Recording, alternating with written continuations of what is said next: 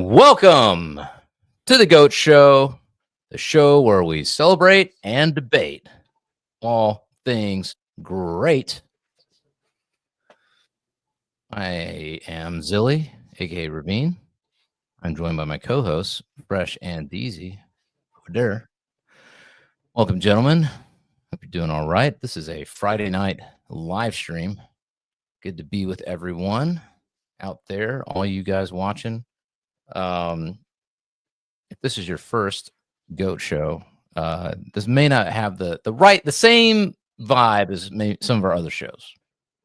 The main reason being is because we're going to be talking about a gentleman that I feel has had a huge impact, especially on I'd say on music, but I'd say particularly on metal music, rock and roll music. I am a rock and roll fan. I do enjoy a bit of the metal now and again. But yeah, there's a gentleman by the name of BRENT HINDS, who was the lead guitarist for a band called Mastodon. I don't know if you, Fresh and Deezy, have you heard of this band Mastodon at all? Do you know? Yeah.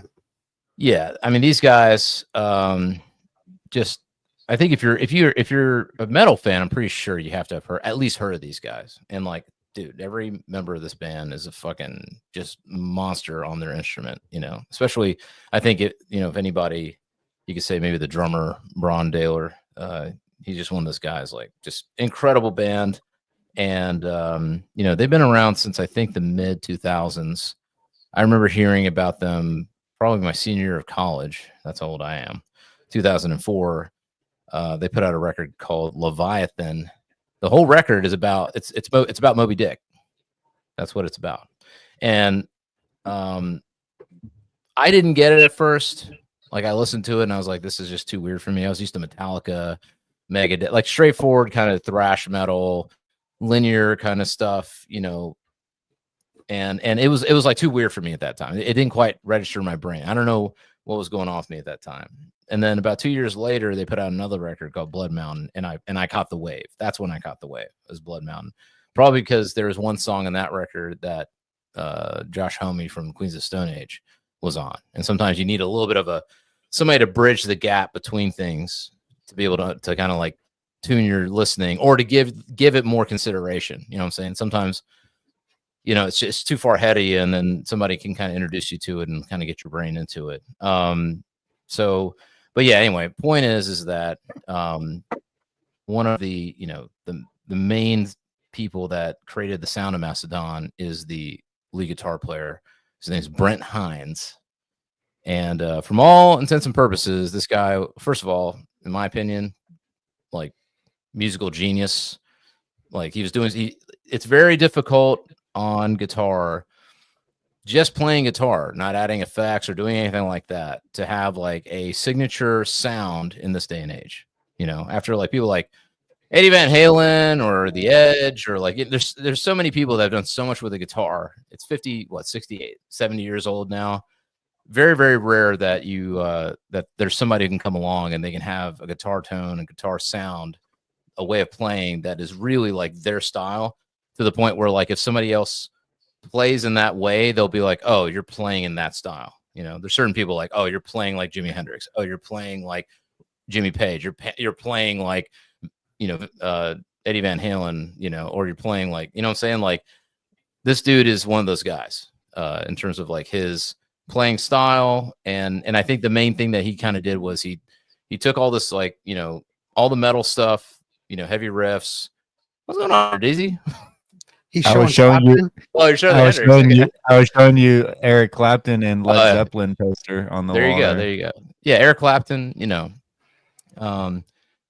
Yeah. So I think maybe we could bring up if anybody doesn't know who he is and you've never seen his face, maybe we can bring up the first clip, Deezy. This is just a little kind of video that he did for, I think, the last record, or the record before last, and it also gives you a sense of this guy's personality and sort of humor. The other one, or you can play this one. Okay, you wanted the tracking guitars one? Yeah, let's see that one first. That way people can get a sense of who this guy is, and then maybe we'll put on something with him shredding some shit. Command center. Dirty Behinds to command center. Ooh. What's up, Earthlings? Oh man, while I was gone, Donald Trump got elected president. Is that really happening? A lot happens when you go to the moon and do guitar solos for a month. First of all, you can imagine the jet lag going to Europe. Imagine the jet lag coming to and from the moon. Exhausting. But I'm glad I did it. Certain guitar tones I got up there that I wouldn't have got really anywhere else. Just couldn't believe I was inside the moon the whole entire time. We weren't on it. We couldn't get permits for being on it. We had to go in it. You know, after a while, we were like, we're just walking, guys. We're not moonwalking anymore. And then, you know, it's kind of like first time we went to China, we're like, we're eating Chinese food. It's like, it's just food here. Anyways, that's just science talking, you know. That's me, science stuff. But flew there on October 28th and got started right to work. My main goal is to go to the moon for that one song, but I figured when I was up there, we might as well knock all the rest of the songs out. I feel pretty good about it, knowing that I'm the only guitar player in the history of the world that ever did track inside the moon. It's all good. All right, over now.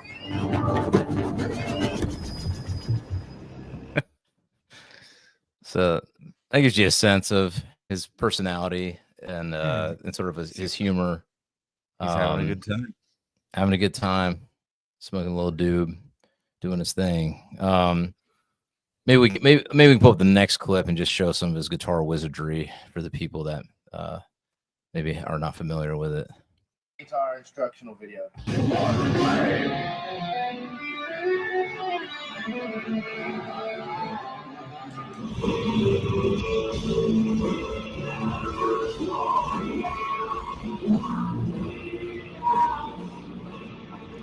That might be a little hard to hear, but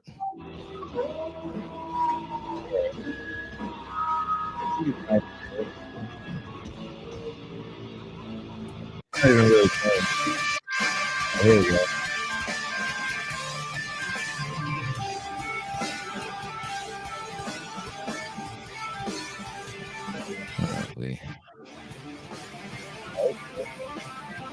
there we go.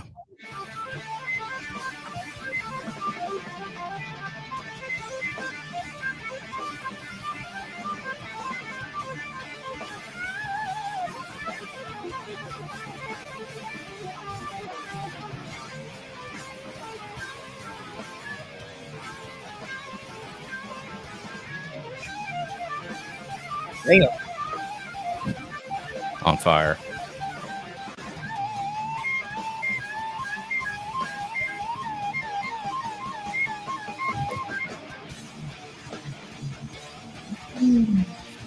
Yeah, I mean, I recommend.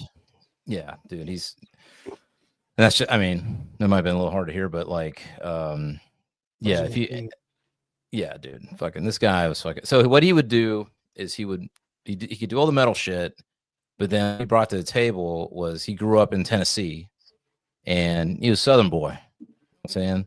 And the story goes, when he was a kid, he wanted a guitar so bad, and his dad was like, "All right, if you're gonna get a guitar, then you're gonna learn how to really play it.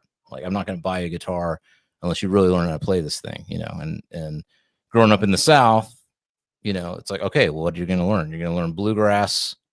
You're gonna learn a little country. So you think that's the secret sauce. Yes, for sure, for sure. Anybody ask anybody? Yeah, I think that's his true innovation. He took all that, like, chicken picking, they call it, bluegrass, country twang, Southern rock, but also, you know, there's some, like, dude knows his shit. Like, there's like stuff that he plays that's like jazzy, and he took all that stuff and like put it with the metal stuff, and so it's like this weird, like, but it makes, like, I don't know what it is. It just makes sense. He did it in a way that wasn't like, it's not like one minute he's playing metal and next minute he's playing country. It's just like he has a way of playing where he just blended it all together, and it's just really unique, man. I mean, it's one of those things where, like, now, like, people in metal, it's part of the palette. You know what I'm saying? Like, if you're a kid starting a metal band, right, you're gonna listen to Mastodon, and that's gonna be one little thing in your palette where, like, oh, I can add a little country twang in here. I can add a little of this bluegrass type of playing, or this weird, like, prog rocky thing, you know? So, you know, I think if anything, like, he really opened up like metal's palette, like what can you play, like what's in the realm of it, and the ability for people to experiment and try new things, you know, with their instrument that is, like, maybe not in, quote unquote, in the genre, you know? So, yeah. That said, Do we know what he died from? What he died from? died in a motorcycle accident, man. It wasn't his fault. Fucking blows. And it's tragic because so he was in Mastodon for 25 years. You can kind of sense, like, based on his personality, that, you know, he's as fun as he can be. He could also they're based in Atlanta. Mastodon's based in Atlanta. That was another factor, is when I moved to Atlanta, I was there from 2004 2006. So, you know, Mastodon was like the local band that was like the thing that was blowing everything up, you know. So that made me pay more attention as well. And like, you know, he was always sort of a wild man, a little bit of a wild man. You know what I'm saying? From certain reports, from people I know, he could be really sweet, really cool and fun, but he could also be cantankerous and moody. And I know he got in trouble back in the day for like being at a show and punching this guy in the face when he was drunk. But then afterward, he went to that guy's hospital room, was like, apologized to him, and you know what I'm saying? Then they became friends. So it's like one of those types of things. He's one of those kind of guys. Like, he'll fucking, you know, he might be a little wild one minute, and then the next minute he's like, you know, sweetheart. So I don't know. Like, I think nobody in the band has really talked about it, but earlier this year, you know, him and the band parted ways in Mastodon. So, and there's never been a public sort of discussion of it. And he did write a couple of things publicly that were like, you know, talking disparagingly about the other band members. But I think everybody felt like, it's like, okay, this is like, maybe, you know, like it's a falling out for now. They'll separate. Yes. Right. Like family, like brothers. From Mastodon. Like, right. Like you'll fight, and then they'll get back together, and then they'll do a reunion tour, and, you know, you just continue on, and bygones will be bygones, and whatever. You know, everybody thought like that's basically what you might have a record or two with a different guitarist, and then come back and do the deal. You know what I'm saying? But, you know, fortunately, you know, I think what happened, from what I understand, is he was an avid motorcycle guy. Apparently, he was not doing anything crazy. He was not drunk or not speeding or anything. He was just going down the road, and a woman in an SUV just did not yield and did not see him. It was at night, and she just plowed right into him, and that was it, man. So sad, man. Yeah. Fucking terrible. And now there's no opportunity for people to make, you know, hey, what's going on, man? Yeah. It's just sad, man. So it just made me think about, like, you know, I don't know. It's like, you better make peace with the people that you love, man. If you're fucking on the outs or whatever, like, you never know. Like, you're here one day, and then tomorrow you're gone. So if you really, I mean, if you have real enemies, then fuck them. All right, fuck them. But if you are just having a falling out with this guy, man, forgive everybody, love everybody. It's okay, man. It's okay, bro. Everybody's human, man. Listen, you don't have to continue to engage with people, but not forgiving them, like, that's poisoning yourself, bro. It's like, I don't know. To me, I think you forgive them, even if you're never going to engage again. What do you think, Deezy? Should you die with enemies, or should you forgive everybody and call it a day? I don't have enough energy to give somebody that kind of power over my emotions. You know, I got too much of my own stuff going on. I can't be having ops, bro. Like, I don't have time for ops. I'm moving. Yeah. I got one direction, and it's forward. So that's how I feel about it. I agree with you. You're either my friend or you're not. That's what it is. And most of the time, everyone's my friend. I don't know, man. I hold a good grudge, though. I'll tell you that much. I'm with you, farts, man. You do me wrong. I don't know. But you never know when somebody that did you wrong could be your future friend, I guess. You know what I'm saying? Unless they did something really terrible or something. But I mean, they abused you or did something crazy like that. And I feel like I forgive you. What? Yep. I don't know, man. This forgiveness thing is coming to a little too easy. All right. Gotta earn my forgiveness. I forgive, but I also forget, meaning about you, and I move on with my life. True forgiveness is forgetting, right? So whatever that looks like for you. You know, if that means forgetting the person exists, all right. All right, let's talk about this. It's too heavy, bro. So you're saying, I mean, is it just because it's and I've heard that before, that forgiveness is about letting yourself reclaim power, right? Like if you hold a grudge, that person's in your head, they have power over you. Is that the idea? And then it is that. Although, like, for me, it's a lot simpler than that, right? Like, for me, it comes from this. I feel like the grace I was given for as far as forgiveness, like everything ever, then who am I to hold a grudge, bro?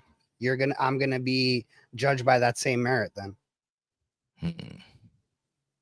But again, there's reasons why you don't hold a grudge, and psychologically, it's because it is more impactful to you than the person you're holding a grudge against.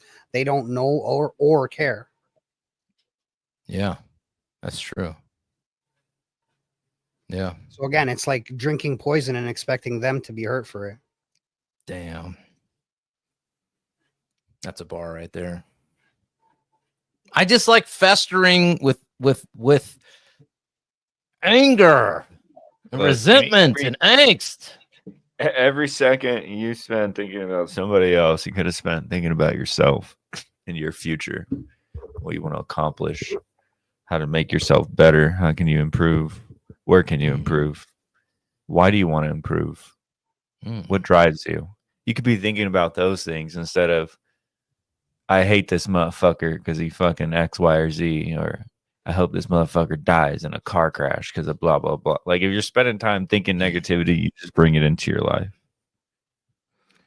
Do you guys feel that if we lived in a society that was more forgiving, that we'd be living in a better place? Or do you feel like more bad guys will get away with shit? No. Because that's what I fear. I think that maybe in the short term, it might cause a spike in some bad shit. But I think that, again, like this goes back to the conversation about Christian morals and Christian values, right? I think that eventually, like, people be like, start questioning, why do they keep forgiving me? Like, I keep robbing them, keep doing this stupid shit, whatever. Why do they keep forgiving me? And then I think then they start having like introspective thoughts and they want to stop doing it for whatever reason. And then maybe they end up coming to God. And I think regardless, even if they keep doing it to you, like, listen, it doesn't mean to keep letting somebody do it. You know what I'm trying to say? Like, again, you're supposed to still guard yourself. Like, you're not supposed to allow it, but like, it's the people who talking about crusades and shit. It's the people who do stuff over and over again with no resentment or like feeling of being upset with themselves. They just have none of that. If those people, they need to be fucking locked away, because they're going to continue. There's no rehabbing people that will just have no empathy for others or any of that, because they don't care about other people. They're going to get what they want, when they want, how they want, at any time, any place, to anyone. You don't want those people around. I don't know how you deal with that, to be honest. I mean, do you guys believe in the concept of toxic empathy? Like, can you be too empathetic to the point of self-destruction? Yeah, if you let people take advantage of your empathy, yeah. Yeah. You're so empathetic with other people that like you'll go above and beyond to do stuff for other people before taking care of your own needs. Well, again, forgiving isn't allowing them to do it again, right? So, like, it's not holding it against them, but it's also not allowing them to continue to do it. So, I'm not going to say, like, if I say I forgive you, let's say, like, for example, somebody robs me, and I say, okay, I forgive you. That doesn't mean like the next time I'm around them, I'm like, oh shit, like that guy robbed me, I should probably watch. No, I'm just not going to be around that person. You know what I'm saying? Right. Because again, then like if you're putting your guard up and all this stuff, like that's not true forgiveness, right? Like, it's just, you have to remove that person from your life at that point. But it What doesn't about mean not forgiveness or love. Like, I'll love you from over here. What about the idea that you get fuel from your haters? You know what I'm saying? Take that hate and let it fuel you. Let the anger and the resentment, but channel it into something positive for yourself. You know what I'm saying? Is that the same, or is that different than the idea of like forgiving another person? Well, again, I don't feel like hate fuels me. It's like more so I feel bad. Like, oh, that sucks that you're in that headspace. You know what I mean? Because, like, again, I know that anytime that I've said something like that, it's a reflection of me, not the person. So again, kind of the same deal, right? If somebody's hating, somebody's saying bullshit, okay, cool. That's your opinion. And I'm happy you have it or sorry you have it. I don't know. You know what I mean? Like, but I don't really care. I'm not really listening. Yeah. I feel bad.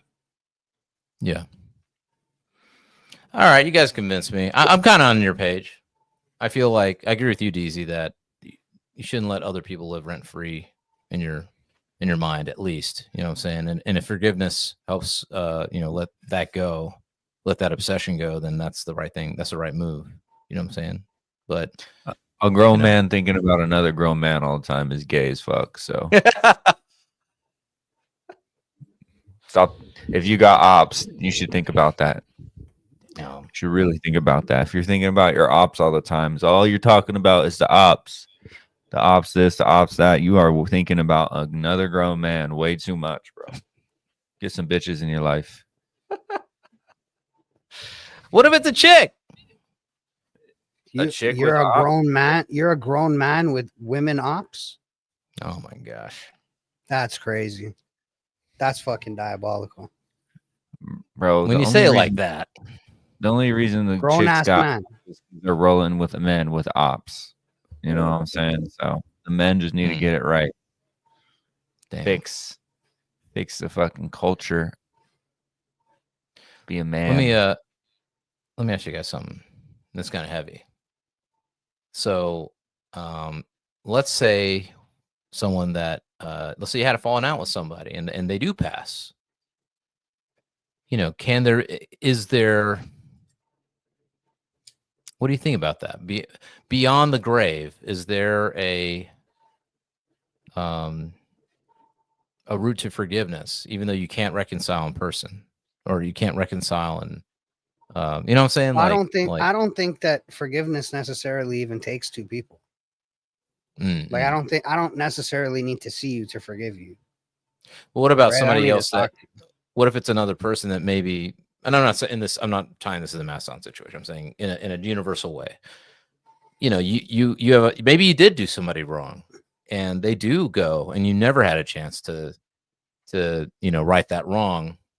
Is it gone? You can only like get right with God, bro. You can't get right with that person. They're dead, unless again, like say, it's double-edged sword, because like for a Christian, if they were a Christian, I mean, you could pray and you could ask them for forgiveness. Whether you get it or not, you don't know. Right. You know what I'm trying to say? But like, as far as like having it's over, bro. You just gotta kind of live with it. It's at some point, like, you got to forgive yourself, right? Like, right. Yeah, I mean, I've known they're gone. What are you supposed to do? Yeah, I've known people in my life. I won't say anyone specifically, but where they were in situations where something really bad happened, and they were the result of it, and and they still have a hard time like forgiving themselves for the thing that they did, and one of the words. I mean, what are you gonna do? Like, I don't know. I feel like they're punishing yourself over and over again for that thing. Like, what is the right thing to do? Is it okay?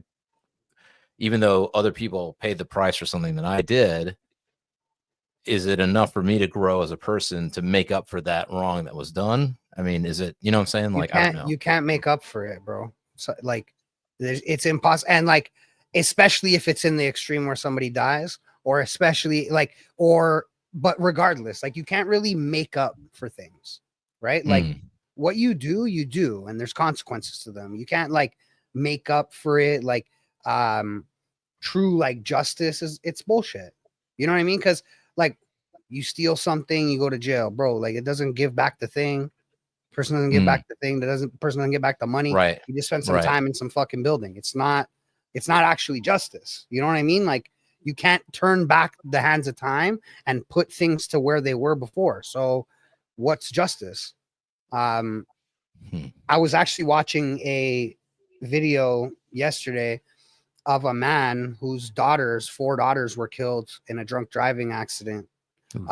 They were on the streets and a guy killed the daughters and he got arrested and he's in jail. And bro, the guy forgave him. Like the guy forgave the guy who killed his daughters. I saw the video. I didn't watch it, but I did see that. Yeah, bro. Where's this video? Or what's the context? It's on YouTube. It's like the guy sits down with the person that killed his daughter.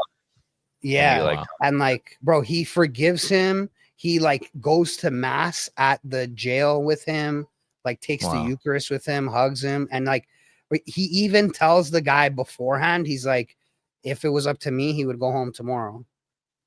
Wow. Yeah. And I think that like that's kind of just what it is, bro. You can't really hold it. You know what I mean? You can't really hold it. Like people make mistakes and like the consequences are that way. But he even says, he's like, what is keeping him in there, dude? Doesn't bring my daughters back. Right. It'll never bring my daughters back. Nothing will ever give me true justice. Let him go home. I believe, I'm going to say something a little loud here. I think in a circumstance like that, you should be able to have a slave. Like you think that he should be able to? I think that I think he should be the other dude's slave. I mean, I'm kind of half joking here, but I'm like, yeah, but like I don't know, because like, what's real justice? Like an indentured servant, right? Like he would work off his debt. Wasn't it like in the back in the day, the old Jewish thing was like Jubilee every 40 years, right? Like you have whatever slaves or whatever, and then every 40 years you have to release them all or some shit. Yeah. I don't know, man. I might be about that Jubilee. Like you do something like that, you're mine for 40 years, and then fine, toodaloo at the end of that. But, and I mean, look, it's not really wrong that like because if he forgave him, right, he just let him go, live his life. You're my slave. Look, bro, I ain't got no grudges. I ain't got no grudges if you out here doing my laundry, mowing the lawn. Nah, you're fucking clipping wild. the hedges. Yeah, you're wild. Scrubbing the windows. I would use that to skirt it and let him go, but like actually having him fucking be my slave, I think it's a little wild. What? Yeah. You take my 4 daughters. The least you could do is shine my shoes. Laundry, bro. Shine my shoes. Again, this is the point, man. There's no justice. Doesn't bring your daughters back, B. Right. That's the point of what he's saying. Subjugation makes things feel better. You know what I'm saying? Also, is it healthy to be constantly reminded about the death of your 4 daughters every day by the guy who killed them just because he's there? I don't think that's good either. Damn. I'm also gonna say when he was there and he forgave him and he was sat down talking to the guy, 4 birds perched up on the wall of the thing and were singing, and like. So to me, even the daughters forgave him, bro. Like, you know what I mean? Dang. The four birds were there singing, like, yeah, this is the right thing to do. Interesting. I have a story I shouldn't tell. I'm gonna tell it. All right. This is the Goat Show. We just say the wild shit. So for anybody who doesn't know, if someone close to me passed recently, and the day after the whole thing was over, the funeral and everything, normally if there's a spider in my house, I'd be stomping that shit with my boot. You know what I'm saying? But this time there's a spider and it's chilling. I was like, you know what? This might be a sign. I'm gonna let it go. There you go. That's the story. I didn't kill it. A sign of what? I don't know. Spirit from beyond, that person saying, hey, I don't know. I got really superstitious. I was like, all right, I'm just going to let it go. You know what I'm saying? I'm not saying that person was a spider. I'm just saying like You know what I'm saying? Like, you got to pick. I feel like, you know, once you're in the beyond, you just got to pick whatever you get. You know what I'm saying? If it's a bird, it's a bird. If it's a spider, it's a spider, you know. So I'm not just telling all y'all out there, you know, just day after, 2 days after, just chill with the, like, you know, attacking animals. You know what I'm saying? There might be your loved one. Savage, bro. Shit. You're the goat show. We're the goat show, right? Funny enough, we'll get banned for like playing a 10-minute or 10-second clip of a guitar, and then, but when I'm talking about the great beyond, freaking, they don't care. Anyway. So, yeah. Well, listen, I mean, you know, anybody out there who may be a fan of Mastodon or a metal fan or a fan of Brent or just going through, you know, heavy time, you know, I recently just coming out of a heavy time. You know, I just think it's important to, in moments like these, I guess the only thing you can really do is just sort of look at your life and value what you got, you know, have a moment of gratitude, as they say, you know, for what you got, and, you know, appreciate the life you have, man. You only got, as far as we know, you only got one of these. Unless you're Hindu, then you got 100 million of these. But like, I mean, it shows Hindu. So if you got a few minutes, I could tell you about how you could have eternal life with our Lord and Savior Jesus Christ. Oh my God, are we gonna preach already? No, I'm just kidding, bro. I'm kidding. These metal fans are Satanists, man. Come on now. I guess that's when you got to really preach the word.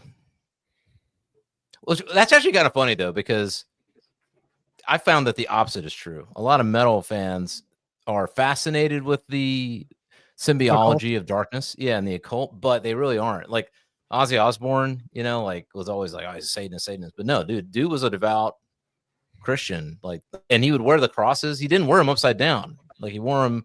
Bro, the upside down cross is not even satanic. That's St. Peter's cross. No, it's St. Peter's cross. St. Peter was crucified upside down because he said he wasn't worthy to be crucified the same way as his Lord. Really? Yes. Oh shit, that's metal as fuck, man. That's hard. Mm-hmm. Satanists don't get to fucking take that, bro. Are you crazy? That's like some real gangster shit. They can't have that. I thought the upside down cross. They do that in the movies. Whenever there's a movie and it's like a that's why it's fucking dumb. The cross turns upside down, you know, buddy. It would be a little less effective because it's Peter and not Jesus, but like it'd still work.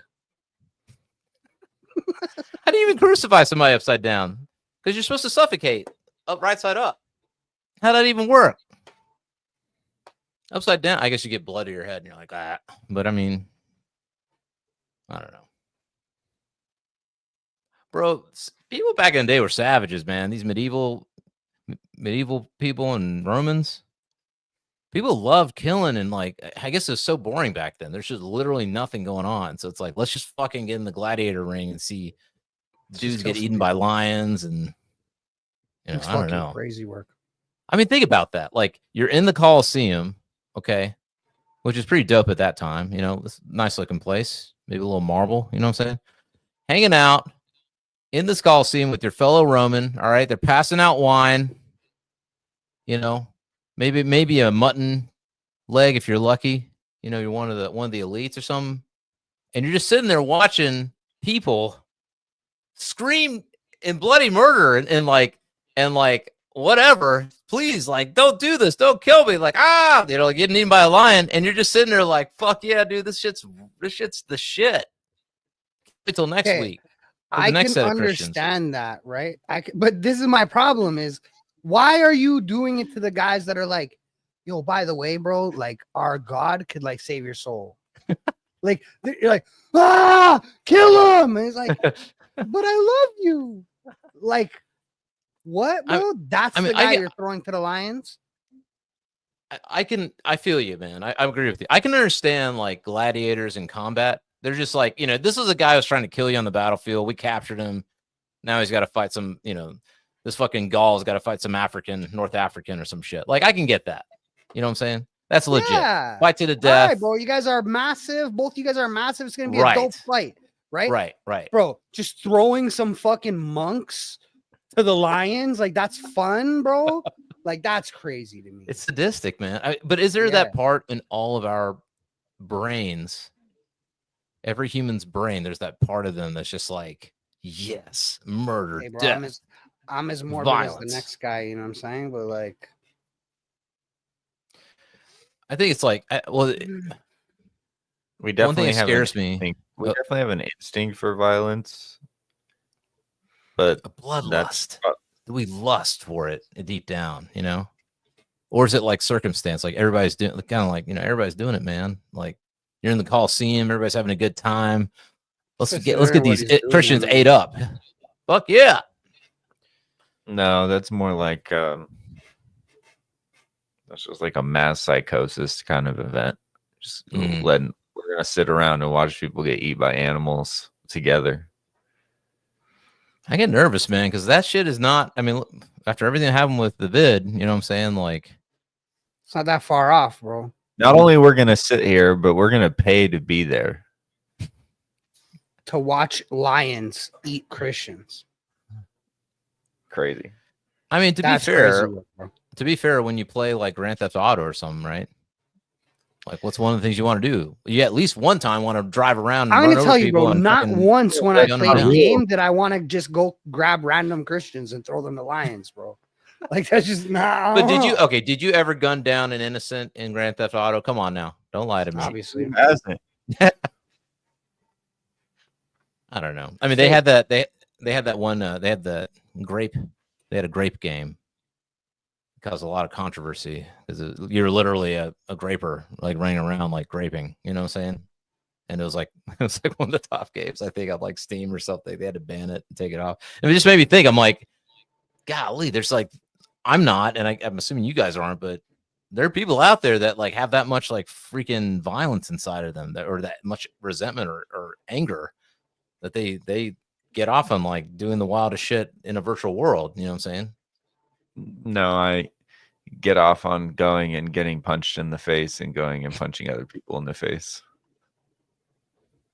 See, this is one of those guys that would be in the gladiator pits, that's all in the name of competition and sport. That's not just. Yeah, this guy would be in the pits, you know, like. I'd be like, throw me in there. Let's fucking go. Give me a spear. Give me that lion.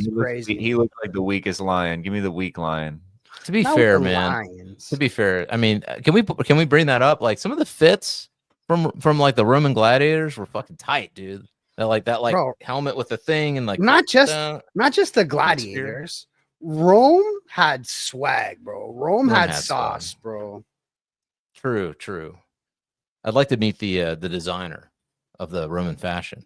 You know what I'm saying? Because it wasn't a chick. Byzantine Empire, like Byzantine Empire had fucking swag, bro. Well, you could be gay back then; it wasn't a big deal, right? I don't know. So they probably had dope designers. I don't know, bro. Is that? Am I lying? The gays got design, bro. I'm a designer, but am I lying? Gay, so you can be a better designer. Is that what you're saying? I wish I was gay so I could, 1, have more fun in general in life. 2, be a better designer. Oh man, clip that. That's just that's the short, that 10 second. I wish I was gay. It's true. Wow. Gays have more fun. I'm just gonna clip him saying that, bro, over and over again. I wish I was gay. Put it into Suno. Suno, make a beat out of this. I'm just saying. Did you see the designer dad joke that I sent you? No. Wait, what does it say? Font matters. I will always find you. What's the second one say? I'll always find you, but it's in like fucking. That's funny, man.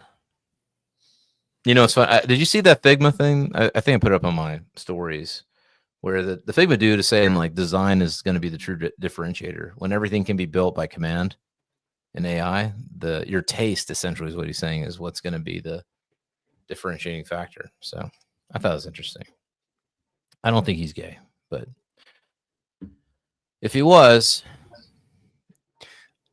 So if AI gets really good at design, does that make it gay? gay eye. Gay eye. AI. Gay eye. I wonder if you like take all the reins off. Does AI become gay? No, Kinda like, it you know, thinks when- it's when God Mecha- for sure.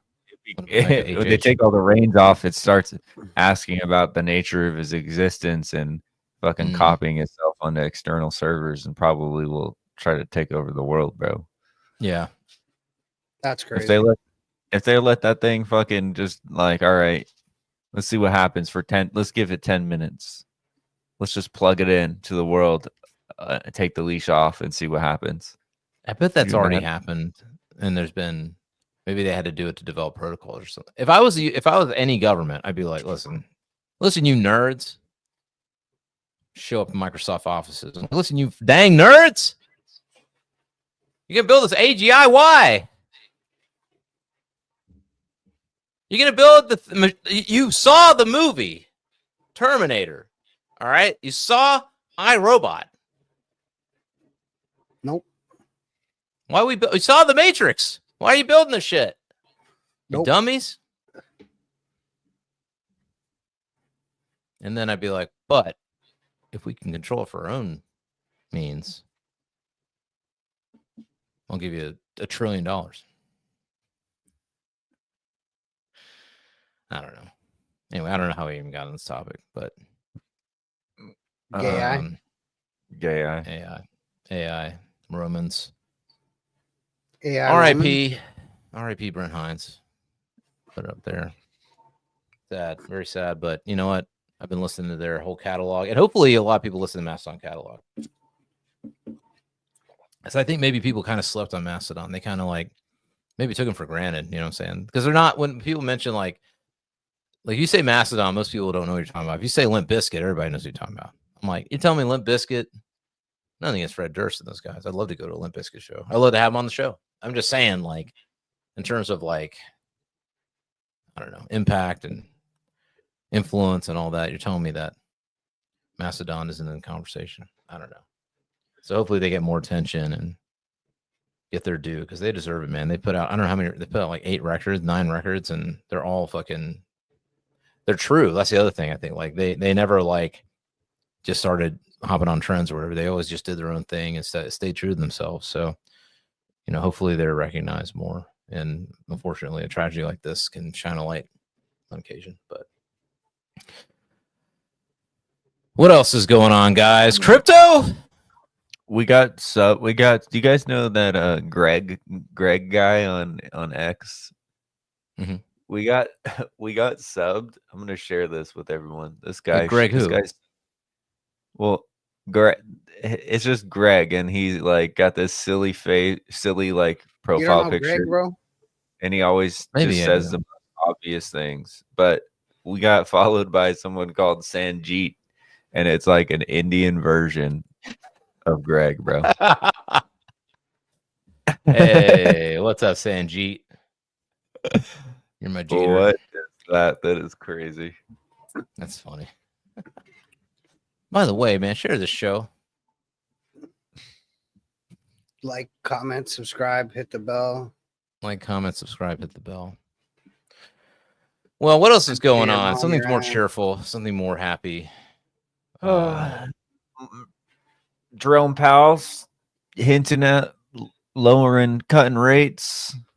So what exactly are they saying about that? He said that the tariffs are going to be are all right, and then we're ready to cut rates. Is that the gist of it? I mean, some shit? Just inflation doing better than expected. Let's see what he said exactly. Let's see if there's a summary of what he said. I mean, that motherfucker should have cut rates like a couple months ago, man. He better not be messing with my XRP. I tell you that much. I want him down. No, come on now. They should just be like, you know what? Fuck it. We're lowering the base rate from 4.25 to 2.25. Just fucking shock the world. Hell yeah. 2% interest rate cut. What would happen? The market collapse. Everyone will lose their goddamn mind. It's all fake anyway, man. Let's just get it over with. All right. Let all the crypto people who did the right thing benefit greatly. Okay. And let everything else collapse. That's my feeling on it. No, I don't want it to collapse. But I'm just saying, like, throw us a bone, man. Throw crypto a bone, man. We've been hanging in there. We've been showing great patience and crypto's never gonna get thrown a bone. You don't think so? No, for what? Crypto right now they're using it to work out the kinks, and then when it'll get thrown a bone is when like it can be used against us. True. I mean, I don't know what happened today with Gemini and XRP, the MasterCard thing. I didn't get a chance to see. I think it's today, or no, maybe not. Maybe it's Sunday or something. But no, I know what you're saying. Look, I've always felt that way. I've always felt like they're not going to let crypto just take over the world. No way. And they have all the money anyway. They can print as much money as they want and buy as much crypto as they want. Like I never understood that argument. Like I understand that you can't quote unquote control Bitcoin, but you're telling me China or somebody can't buy 51% of Bitcoin and like manipulate the shit out of it like every other asset in existence? I don't understand what the difference is with Bitcoin compared to any other asset that you can buy. You know what I'm saying? Mm-hmm. I don't know. Yeah, I mean, at some point, when you have the money printer, I mean, you definitely have a lot of control over the price of everything. Yeah. I mean, the stablecoin thing is cool, and I think that's a big part of what the XRP thing is and Ripple building the payment rails for. They're saying that they're going to have that up in Japan very, very soon. So that's going to be really interesting. I've been saying that shit for a long time though, so I don't know. But they just got out of their lawsuit finally with the SEC, so looks like they're really taking the gloves off. But this idea of DeFi taking over, I just don't believe it anymore at all. I don't get it at all. Like they're gonna let you just do whatever you want with your money? No. I think that DeFi might have missed its chance. It needed to just. I think that it could still do. I think it could still do its thing, but DeFi is not gonna like. I don't know. People are gonna use specific privacy chains instead of like DeFi apps on still traceable ledgers. Right. Yeah. Like, what's the point? Well, I mean, if anything's truly private, I think the U.S. government's going to come in or the world government's going to come in, and do everything in its power to subvert it and get rid of it, right? And then anything that plays ball, they're going to just like.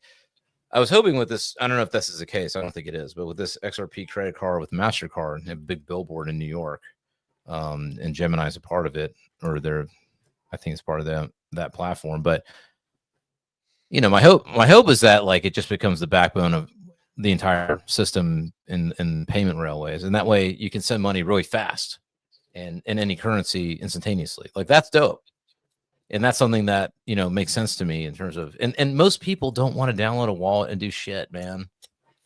Like you don't want to remember your keys. You don't want to do all this stuff. You just want to pull out a card, spend the money. It does what it's supposed to do. And you don't have to think about any of that shit.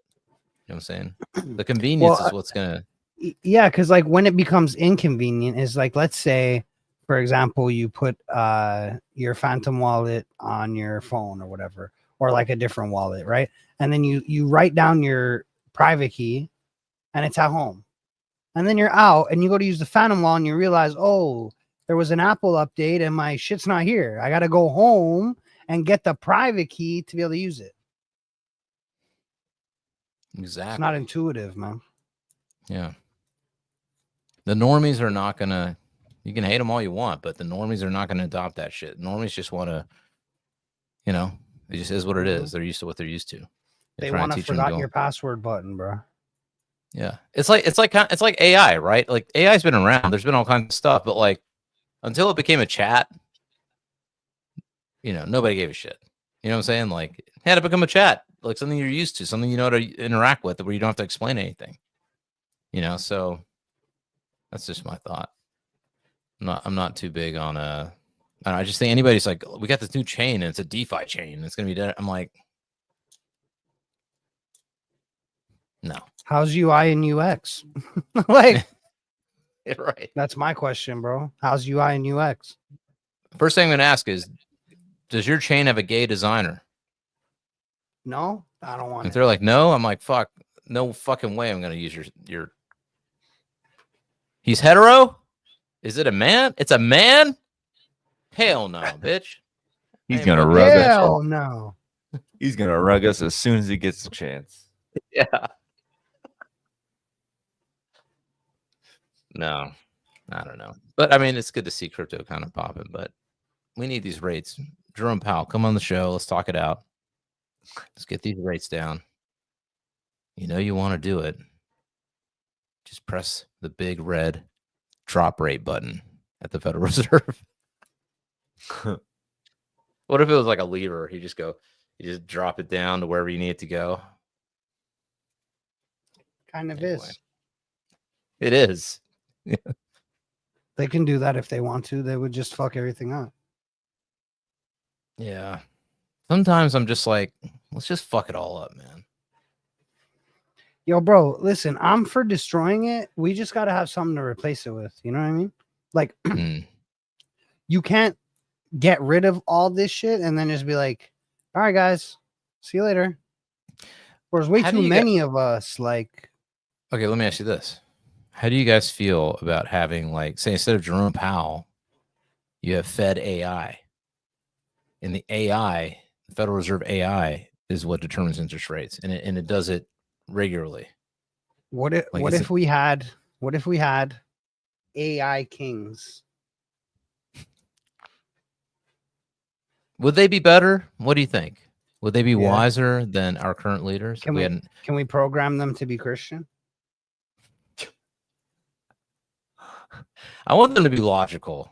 That's what I want. They can be Christian all day, but they got to be logical. I don't want no fucking. Listen, you want to get into this argument? Look, you don't even get to claim logic if you can't account for a prime mover. You don't even get to say, I want you to be logical. Okay, an atheist, for example, doesn't get to claim logic. Who gives you logic? What do you ground logic in? What the fuck is that? What is nature? Nature, the law, that doesn't make sense. the axioms of existence. So a prime mover, like life and death. That's a prime mover. Being alive, being not alive. That's a. How does that determine logic, bro? Because you would, if the goal is to live, then there are things in the world that we live in that are required in order to continue to live, that are not determined by us. It's determined by nature, like what we exist in, you know? Like I just can't conjure food. So logically it's like, I gotta get food. So then I gotta use reason and logic to be like, okay, how do I get food in the best way possible? The prime mover, bro. And concepts have to be in brains. Concepts cannot exist outside of a mind. You need a mind. So the prime mover has to have a mind. Ergo, you can't even be an atheist and say whatever, because that mind is labeled God. A prime mover with a mind. That's what, like, again, you can be like, oh, well, I don't call it God. Okay, you don't have to, but that's what Christians call God, is the prime mover. So, like, you saying I don't believe in a God, I believe in a prime mover, is actually it's an oxymoron. Well, I would say Christianity has more requirements than just believing that there is a creator. You know, you have to believe that Jesus is your Lord and Savior, and he died on the cross. Sure, for you but I would argue that that's a dogma. That's not like a Christian moral. Well, right? okay. I would think that the Ten Commandments would be the Christian moral, right? I mean, Christian moral code. Yeah, would be the sure, I guess, kind of. And then the golden rule, and like right? love your neighbor like you love yourself, right? Like, the only thing we can't do is force you to love God. However, like, it's prayer time at 10 o'clock at work. You don't have to say anything, but you're there. You can't leave, bro. Right. But where I get tripped up is like, I feel like all religions have the potential for dogmatic, okay, but again, like, I'm not saying I don't I'm just vouch saying, like, for like, say for example, like I don't vouch for Christian nationalism because Christian nationalism implies like it's not just a Christian nation state, right? Like this is again, and nationalism is a thing. So, but I would say that a Christian theocracy would like, it's not enforcing like the dogma, it's enforcing the moralistic rules. So like, don't kill each other, and you can't abort babies, and you know what I'm trying to say, like right. those But so this is what, and this may be a discussion for another day because it gets really deep. But just let it one rip, of the one of the challenges I had when so if anybody knows, I'm libertarian. I've been for many years. But one of the challenges I always have with libertarianism is when you really get into it with a true hardcore, like communist or progressive, like really are, like they really are deep in it. They will go, you will get to a point where you're like, hey, it's not right for you to take my property. My body is my property. It's not right for you to violate my body. It's my property, right? And they will turn around and say to you, there's no such thing as property. Yeah, see, that's not a fact though. Okay, like, that's not a Christian moral. Like I'm saying, I agree that people say that to you, right? But that's not a Christian moral. And I'll go further. If it's abused, it can get really out of hand, right? Like if you abuse that system, where again it becomes Christian nationalism and not just a theocracy, it gets out of hand. Right. But what I'm saying is that, because that used to stump me a lot. It used to be, that was one of the reasons why I became like, I really dove into objectivism, because it was the only philosophy that really answered that in a logical way. Like, what is property? Why is something property? What is the, what do you ground your objective, like what is objectivism grounded in? So it's really grounded in 3 axioms, because so the first axiom is, and by axiom is like self-evident, right? Like and you can't deny it. It just is what it is, right? Yeah. So the first thing is that I exist.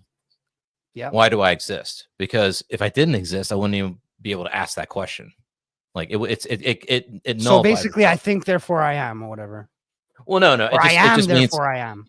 Well, no, it just means that because some religious people will say, well, you have a spirit and a soul, and it's not a part of this earth, and that's another thing, and only God understands that, and that they'll go there. But in terms of like, that's logic. Like in terms of, I cannot ask the question, do I exist, unless I exist. It self cancels, right? Okay. Yeah. Another axiom is man, I have to go back to my philosophy brain here. But another axiom is do I create the world around me, or does the world already exist around me? That's a big one, because some of these like super hippie people will be like, oh, you manifest the world, like everything is perception. Yeah, like there's you're a node. You're a node, right? Basically. Yeah. Or it's like the world exists with or without you, brother. You know what I mean? So right, exactly. That's would be the world just exists. Right. Yeah, but I still believe you do have an input. Sure. You affect it. You affect the world, but I don't think that you affect its creation. I think that we can create. Sure. That's not what we're saying. Is what I mean by we can affect. I believe in manifestation to a point that like you think something, you have intent with something, but you still have to take action. But right. Yeah, that's, and again, that's not. And like you're not manifesting physical reality in the sense that like if you want, there's a tree there, and if you don't want, there's not a tree there. Right. You know what I'm trying to say? Like that. Like this camera is here. Okay. It's not there saying, regardless. If Ravine pops out of existence, the camera still exists. Right. This world around us exists, even if I'm not in it. You know what I'm saying? Yeah, like he doesn't generate the world. Yeah, it's not a projection of my mind out that is like some kind of like thing. And the logic behind that, or the axiomatic part of that is if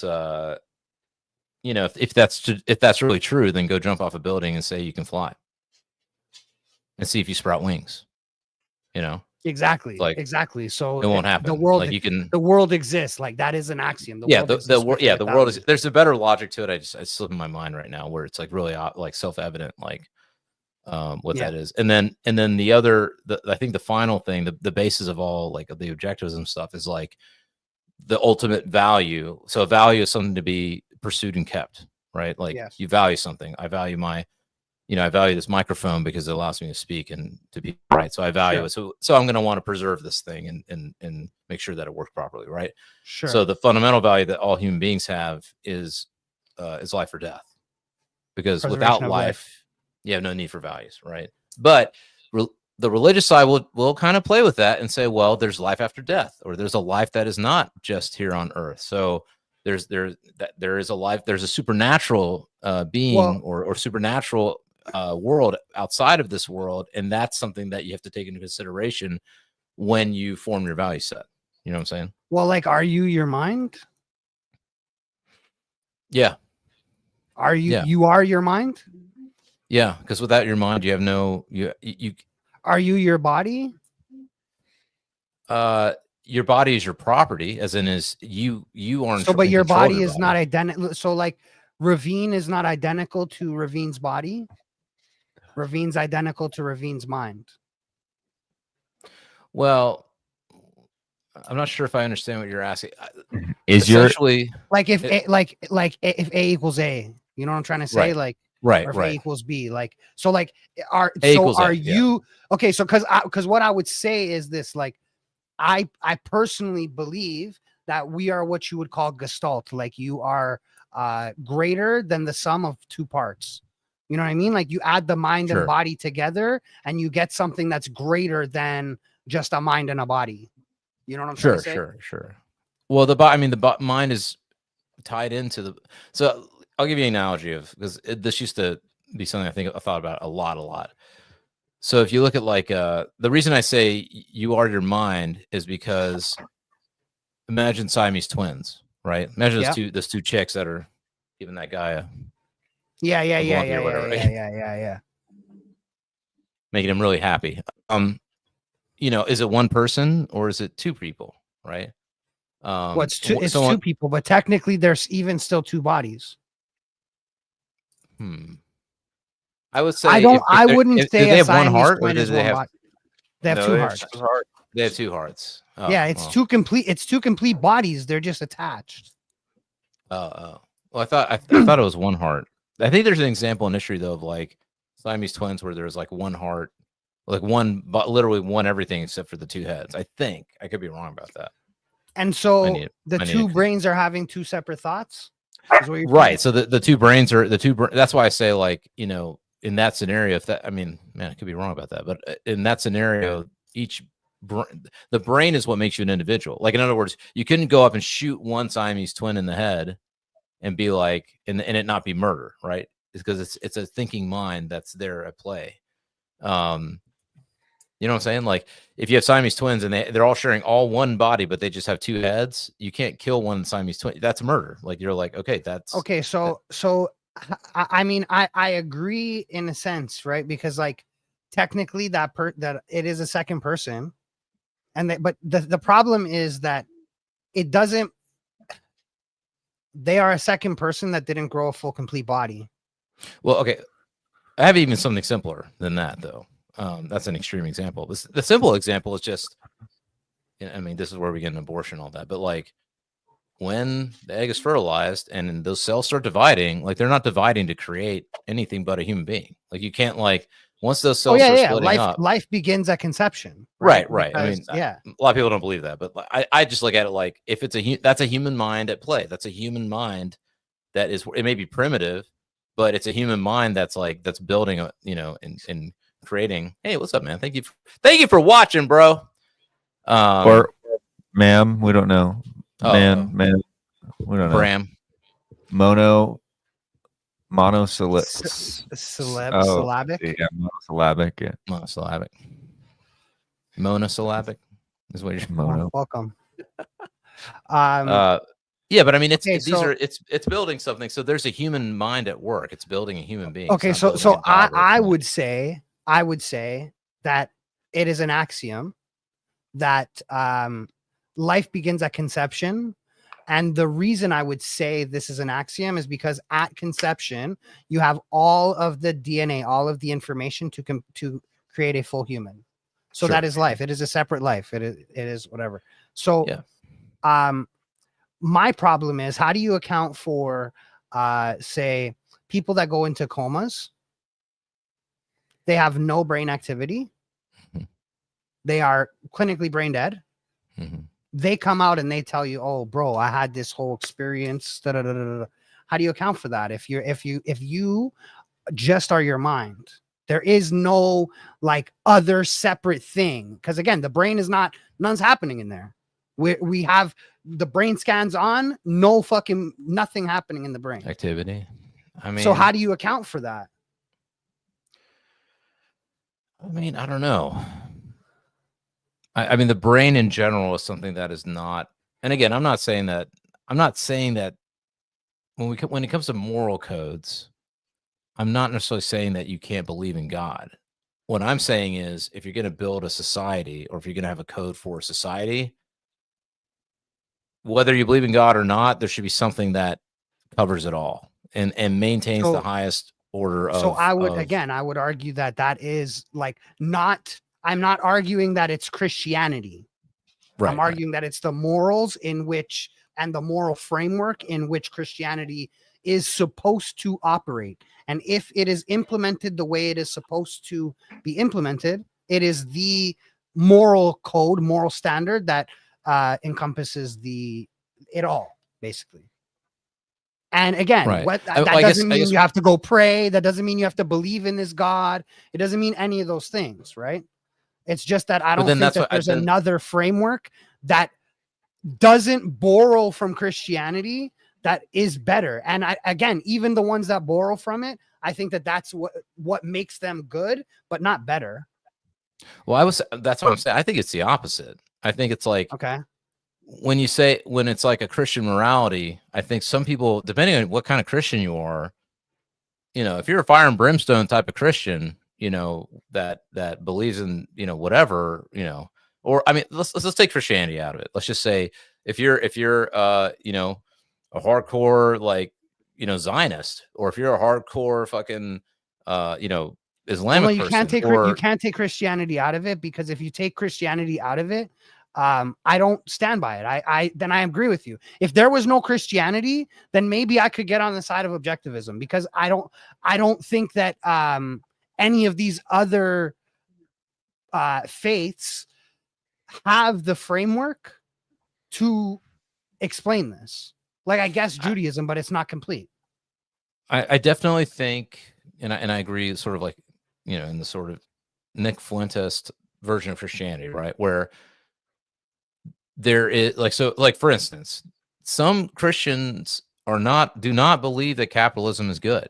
They see it as either an extension of the, of the banks, right? And but it's not thing. Immoral. It's not immoral. Here's the problem: you can do whatever, but it's not immoral. Like, it's like you still have free will. Free will is a Christian moral. So do what you're going to do, but like, you have to live with those consequences. You know what I'm trying to say? So like, having a business and gaining profit is not immoral. Like, it, again, do I think you should do more with it? Yeah. Other people also had the free will to purchase your product or service. So it's not like just because you create a product in a capitalist society that you're, one, going to be successful, or two, that, you're going to make any money or actually sell anything. Other people have to use their free will and get your product. And that is a moral system where you create something and someone decides whether or not they want to buy it, and other people try to create a product similar or better, or then it promotes competition. And then, I agree. Where we're at, it's not a pure capitalism. Like, there's a lot of shenanigans at the highest level. And then look at what Mono said, right? Is like, because this is like a fake Christianity that's been co-opted by the right. You know what I'm trying to say? Like, right. That's not the Christianity that like that. But that's the point I'm trying to make, is like, if someone says, I want to have a That's Christian nationalism, what they're doing. Or whatever. Like, I mean, you know, there's the opposite, like there's Christian liberalism, right? There, what's it called? That book. It's the South American, I forget, where the argument is like they argue against property rights. They're like, oh, like we're all God's children, and why does one child should have more than the other? Or if someone has more than the other, then they should give what, you know, the more that they have to the other. You know what I'm saying? Whereas well, I'm like, just listen, saying, I definitely believe that, like, if we live in a community, we should be feeding each other. Yeah, it should be because of charity. It's not a forced decision. They have it. If you don't want to, someone with less, and they give it out of the charity of their heart, right? Not because, not right. out of fear of the government taking it or people killing them or any of that. Right. But that's what I'm saying. Like, that stuff that should not be the underpinning. Like, socialism is socialism. Like, I don't want any socialism to be underpinning of a society in any way. You know what I'm saying? Like, I want it to be like, let's have a rational. I'll be honest with you, it's not socialism in that way, right? Because, like, this is the thing is, like, to be honest, I don't actually think that, like, you need to worry, like the common man needs to worry in general to go out. Should you? Yes. But again, I think that the thing that would fix it is you still have to pay taxes, right? But in this society, it's just you get everything that you make and 10% goes to the church. That's it. The church deals with it. Yeah. So you tithe, and that's it. It's unfortunate that you can't trust the church all the time to do good with your money. I mean, look at the mega churches and shit, you know? Yeah. The super rich pastors. I guess all fucking prosperity gospel shit, bro. That makes me so mad.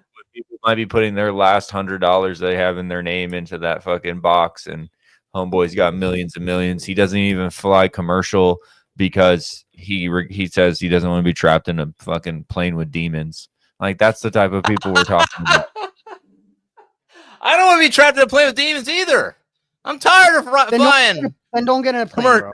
Don't get in a plane, bro. What are you gonna do? I fly out to Vegas. Have it too, bro. What do you think you are? I don't want to be in a plane with demons, but I want to go out to Vegas and be with demons. Look, again, I don't think that like, I think you'd be hard pressed to find something that Christian morals like that you would have to replace in Christian morals, or that is bad in Christian morals, and something that is better with another moral system. I also agree again with, like, what Mono's saying, right? It's this moral system would be good in theory, but, you know, people advertise their shit as Christian all the time. I'm just saying, something like the Constitution. I know nobody likes that. Nobody wants. It's so passé to be, you know, talk about the Constitution, but I'm like, you know, it had some pretty straightforward rules. Didn't matter what religion you were. It was like, okay, like freedom of speech, freedom of press, you know, right to bear arms, freedom of assembly. You know what I'm saying? Like, yeah, but I don't think that they wrote that shit to be concrete forever, bro. I think that they wrote it to knowing that, like, shit was gonna have to change. And, like, also, I think that there's only really two options, right? Either, like, it was designed to get us to where we're at now, or it's powerless to stop us from getting here. And so either way, I'm not really sure that the Constitution I mean, matters, Michael Malice argues that if it was so great, it wouldn't have been changed. So yeah, I don't know if that's a fair argument or not, but I mean, it kind of is, right? Like, you wouldn't have to keep adding to it. It's not like it's God breathed. I think they should have had, you know, they should have said separation of church. Amen. And I think they should have separation of government and economy. I think that should have been number one. I'm surprised that was not. Bro, I don't think. Yeah, like, I don't think church and state is what you need to separate. I think that it's. I think the church needs to be the state, and I think that that needs to be separate from. No, man. Economy. Then you get extremists, like religious extremists, and then they just become dictators. You don't get that now? You don't get that now? No, not bro. In the same way. Listen, let me ask you something. Let me ask you something. Like serious question. The way that the church, like, even let's just take Orthodoxy, for example, right?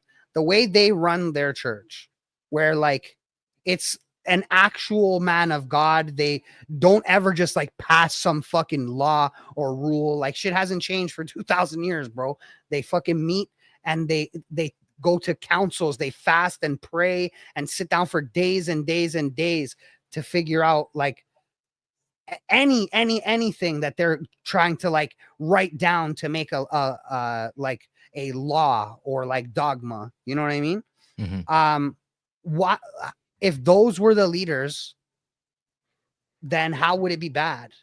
Like how the would U.S. they get Declaration of Independence because at any talks moment about unalienable rights from a creator that from God, bro. You have those rights from God, bro. If there's inalienable rights, then I don't know, but I'm just saying like God given they can't but inalienable rights are just objective rights. Like I don't understand why the God element doesn't have to be a part of that. Right. What are you grounded in? Who gave you those rights? There are specific rights that are given that are like God-given rights that are unalienable by man. That's what that means. I think that's control. That's why I believe in objective rights, which is basically these are the things that are required for someone to flourish as a human being to their maximum potential on Earth. That's something that doesn't require anything religious. It's simply something where it has to be well thought out logically. It's like, okay, like you don't have a right to kill other people. Why? Because killing ultimately leads to instability. And if you have instability, people are not going to be able to fulfill their highest level and purpose. I'm just going to say, bro, the three things that you said earlier didn't ground logic, and you still haven't grounded logic without God. So you can't like, what do you mean? Again, you need a prime mover, brother. For logic, you need a mind. Yeah. If the ultimate value is life or death, that without life, you have no need for any other values. Okay. Then that means that the prime value is life, and that all other values, all other systems derive from a place of advancing every individual's life to its maximum capacity.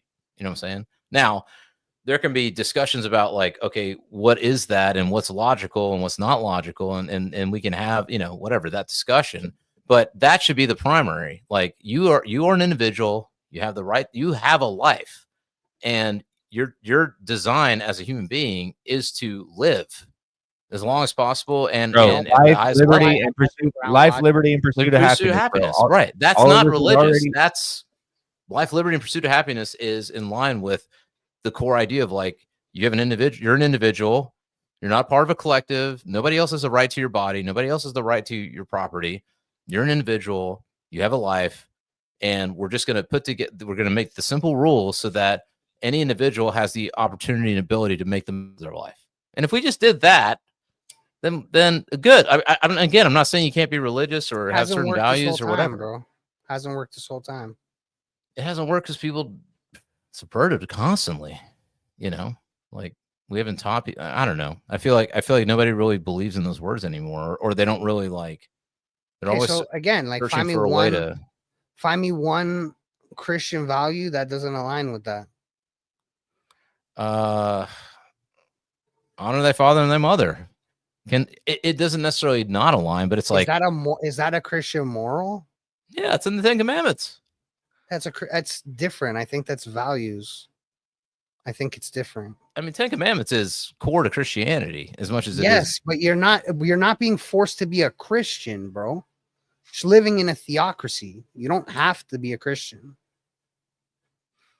I mean, it just depends on it depends on what kind of theocracy. Right? My understanding of theocracy is like there is no like life, liberty, and pursuit of happiness. It's whatever the moral code of that religion is. No, if bro, it's the Ten Commandments or well, I mean, I would say maybe, I guess. Because like what? But like the Ten Commandments, but like to the point of what? Because the first commandment is about God. Like I can't force you to believe in God. Right, but what happens when you get a leader is like, God has told me, and they do it all the time. I have been told by God that we are to free the Iraqis from their blah blah blah, or I've been told by God himself that we must do blah blah blah. You know what I'm saying? And then people like they believe in what they believe in, so guess what? They roll along with it. Yeah, irrationally. But that could be that could be an example, I believe, of using God's name in vain. Using God's name and taking it, especially if that never happened. If people are lying, God told me. How do you know? What if misinterpretation? I'm not necessarily saying what you're suggesting is a bad idea necessarily. I'm just saying that like it has that potential to be used in the worst way possible, man. You know, that's all I'm saying. Whenever you bring God into the equation of like, so does everything, brother. Like that's you have again, free will. You can't just like say that objectivism doesn't fall under that, bro. Like it also falls under the same thing. People can also take that to an extreme. Objectivism is limited by what we can, by our senses, and so that's where it falls short, right? And because there's obviously a lot outside. At least the impetus though is not. I think if the answer to something is like, well, that's what God commands us to do, that's where it gets dangerous. You know what I'm saying? As opposed to, all right, let's discuss this. You know, like let's figure out what actually makes sense. Let's discuss what, logically. Bro? Let's like if we have a disagreement in a society that values reason and rationality, like we'll go to the court and we'll present the evidence and someone, you know, we both want a rational conclusion. Yeah, and we both and in that type of society, we both want to. It's a theocracy, right? So, like, I mean, again, the things that are going to be like, it's going to be the feast days and stuff like that are going to focus around Christ. Like, you're not going to be able to do things like commit adultery or murder, or you know what I'm trying to say? Like, I don't know. To me, it's not like you're not forced to do anything that's wrong. So I don't think that it's. Also, when you go into that court, before you take the stand, you're going to place your hand on a Bible and you promise to tell the truth and nothing but the truth and the whole truth. So again, brother, I'm a student of history, bro. Like this is the problem though, is it's Christian nationalism that's been whatever, but like atrocities committed in the name of God is not God. I would say this, again, of all the religious. The three things that cause war, they're the 3 G's: God, glory, and gold. Yes, a lot of death. There's 4 of them, bro. Girls. That's glory. That's true. That's true. Oh, glory hole. But you can't say that because somebody does something in the name of God, then that makes everything that's moral immoral. I just don't want the name of God doesn't make it right, bro. It's got to actually be what God says. And like again, there's been a church that's for over 2,000 years that's been the same on what God says, right? So like if you follow what they're saying and not like adding extra sauce and trying to pay your way into heaven like Rome, and you know what I mean? Whatever, bro. But I would rather, I guess what I'm saying is I would rather have the argument of what makes more sense as opposed to which interpretation of the word is the right one. Because it's I feel like it's subjective. Like my God says this, your God says that. Who's right? It's not. We're going to argue all day and then never agree, as opposed to, hey, like here's a logical, rational argument I'm going to present to you, and it makes sense, and it's like it takes into account like Murphy's Law and you know Occam's razor and all this stuff, and let's compare it to your argument again. Like those people all ground their logic in a prime mover, bro. Yeah, the prime mover is logic. It's God. It's logic. Bro, it's reason and evidence and logic. It's not God. No, God is something supernatural. That is not. Prime mover is a mind, bro. That's the mind that has to live outside time and space. You can say the individual's mind, but again, no, the mind has to that lives outside of time and space. The unmoving. That's what I'm saying. That stuff is not. Again, that's what I mean by rational. It's metaphically. It's metaphysically necessary. Yo, if you are a true objective person, you follow that objectivism all the way to the fact that there's no way the world that we live in exists without there being an intelligent creator.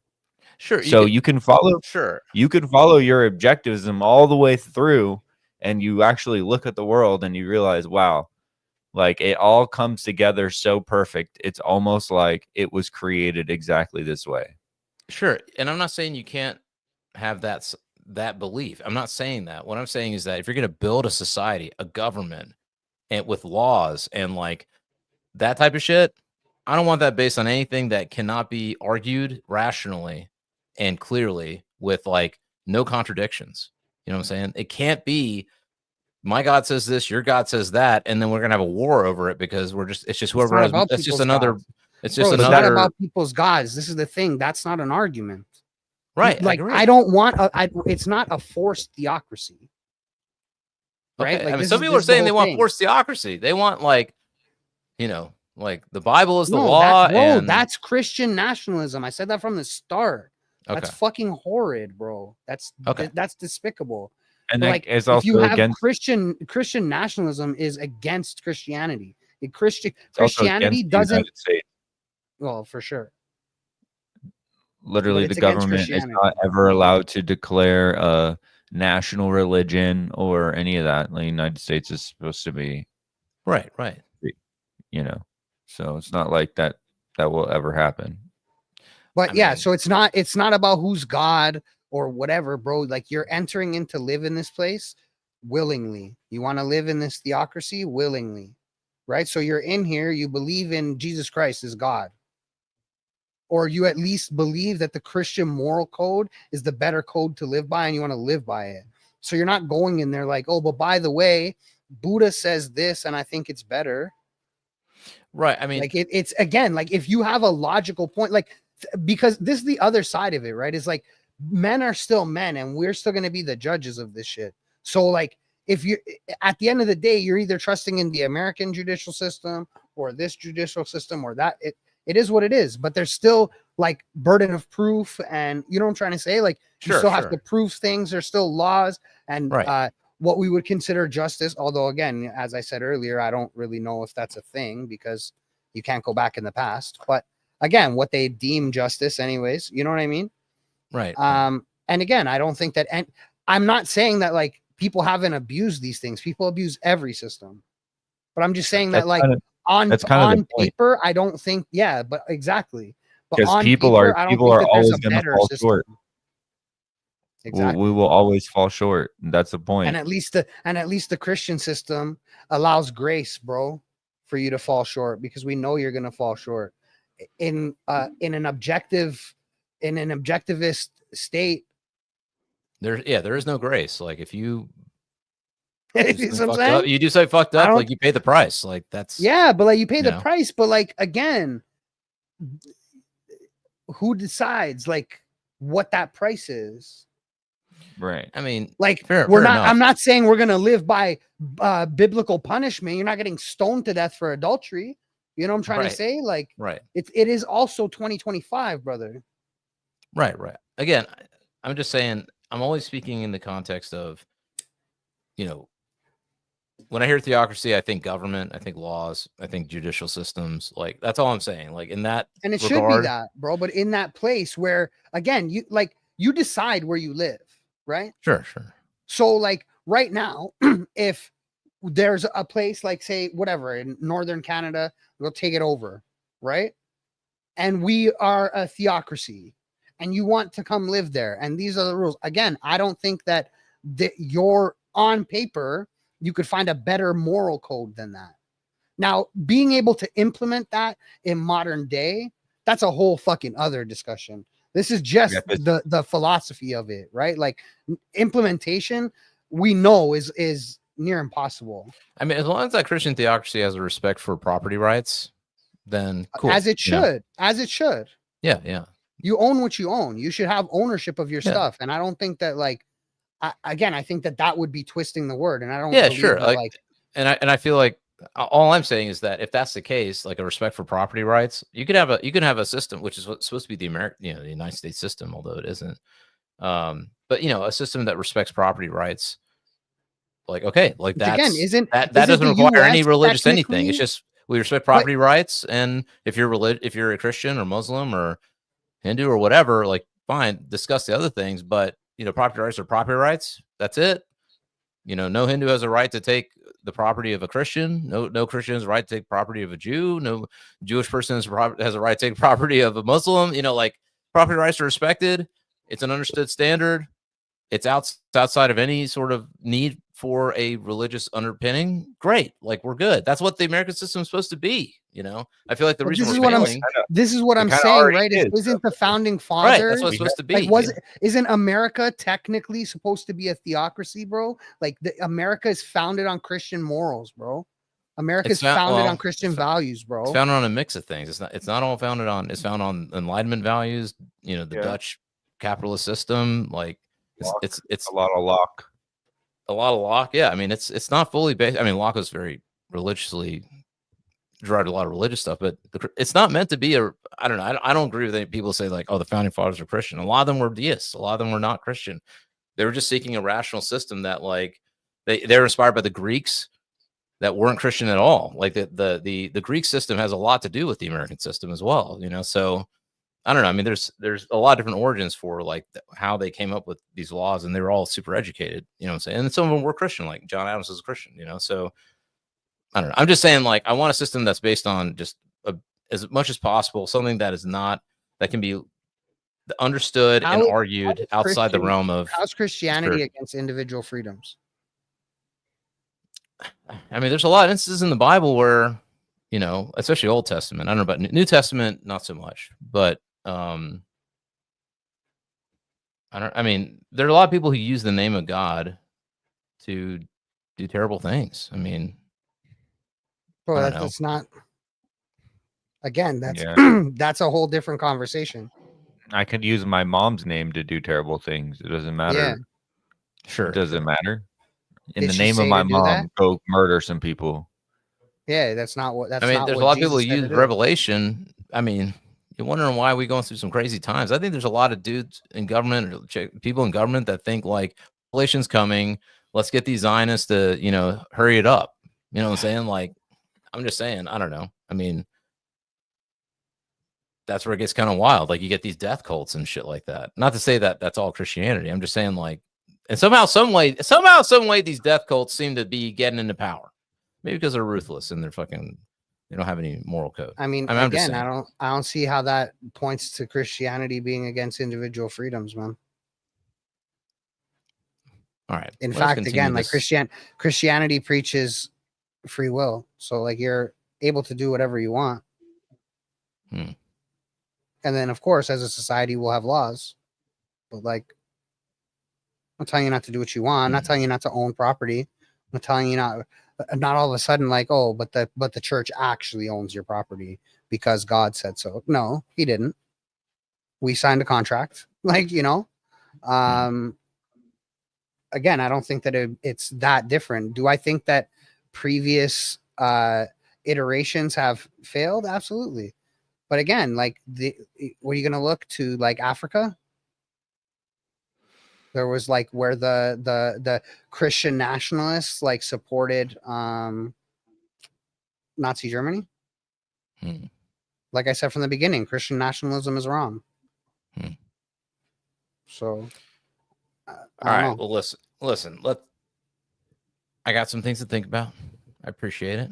This kind of went into cool. I actually really love this. Went to a great. I have one more question, Ravine. Is your inner dialogue your own voice, or is it or do you not? Oh, is it? Oh my God, we can't talk about that right now. We already got an hour and a half here. Listen, we're gonna end this in the most metal way possible. Shout out Brent Hinds energy drink. R.I.P. Let's go. Mastodon, we hope you survive. Yeah. Theocracy. Jesus. I can't even make the devil's hands. I'm living in a Christian theocracy now. I can't even make the devil's hands. Yeah, you can, bro. You have free will. But listen, I'll be honest with you, bro. I hope next time you make better points against thing, because you didn't say any single thing that actually disproves. Y'all need to re-listen to this episode. I think we gotta go back and re-listen. No, bro, you and Mono just let the people decide other things that weren't what I was saying, bro. All right, we're gonna re-listen the episode. Send it to your favorite comment. Send it to your favorite Christian. Comment. All right, people. Favorite tell us who atheist. It's a show where we celebrate and debate all things great. Yo, we actually debated for real. I think that's like the first time where we actually stuck to sides and debated something. Yeah, that's funny. All right. Well, cool. That was fun. All right, guys. Well, Thank you for joining us. For those watching live on stream, and for those who may be watching later, comment, weigh in. Who's talking about what? Where are you groypers at? Y'all be calling for this theocracy old school. Let's go. Tell us what we're missing. Nationalism, bro. All right, guys, fuck off.